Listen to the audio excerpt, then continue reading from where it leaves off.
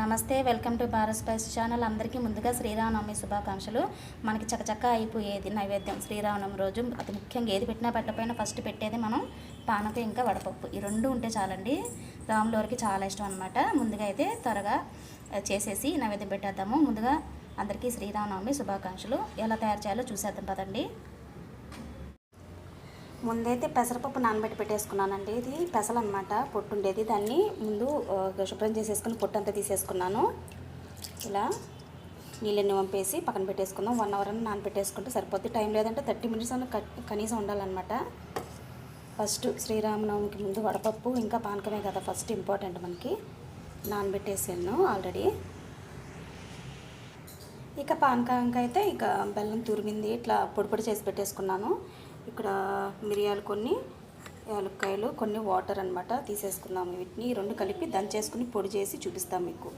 మిరియాలు ఇంకా యాలక్కాయలు. మిరియాల క్వాంటిటీ వచ్చేసి మీరు ఈ బెల్లం ఎంత తీసుకుంటారో దానికి తగ్గట్టుగా మీరు పెంచుకోవాల్సి ఉంటుంది అనమాట. ఇదిగోండి యాలకులు ఇంకా మిరియాలు దంచేసి ఇలా పక్కన పెట్టేసుకున్నాను అనమాట నేనైతే. ఇక ప్రాసెస్లోకి వెళ్ళిపోదాం. అయితే మనం బౌల్ తీసేసుకుని అందులో బెల్లం వేసుకుంటున్నాను.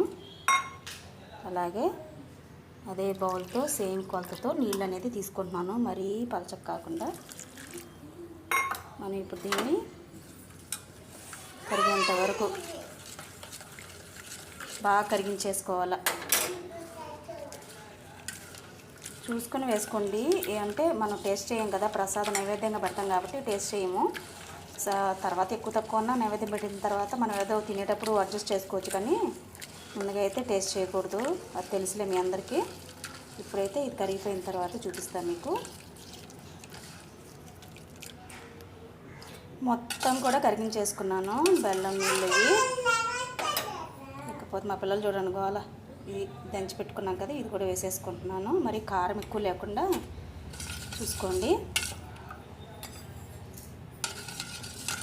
కలిపేసుకోవాలి. చాలా ఈజీగా అయిపోతుంది మనకి. ప్రసాదం ఏ పెట్టినా పెట్టకపోయినా ముందు మనం పెట్టేవి మాత్రం వడపప్పు పానకం. శ్రీరామనవమి రోజు మనం పెట్టేది కొంచెం అంటే కొంచెం వేస్తున్నాను నీళ్ళు, అంతేనండి. మనకి పానకం అయితే రెడీ అయిపోయింది. ఎండాకాలంలో చలవ అనమాట, ఒంటికి మిరియాలు చలవ చేస్తాయి. అలాగే ఇలా అందుకనే ఇలా పెట్టారనుకుంటా పెద్దవాళ్ళు. పానకం అనేది ఎండల్లో చలవ చేస్తుందని ఒంటికి. ఇదైతే రెడీ అయిపోయింది మనకి. ఇంకా నైవేద్యం పెట్టుకోవడమే.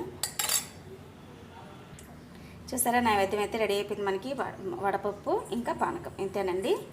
చాలా అంటే చాలా ఈజీ కదా. వర్కింగ్ విమెన్కి అయితే అసలుకి ఫాస్ట్ యూజ్ చేసేసుకొని ఒక 2 నుంచి 3 నిమిషాలు అయిపోతే పెట్టేసుకొని నైవేద్యం వెళ్ళిపోవచ్చు. అదేంటి ఈసారి పండుగలన్నీ కూడా మనకి ఆదివారాలు వచ్చేస్తున్నాయి. ఓకేనండి, బాయ్, థ్యాంక్ యూ.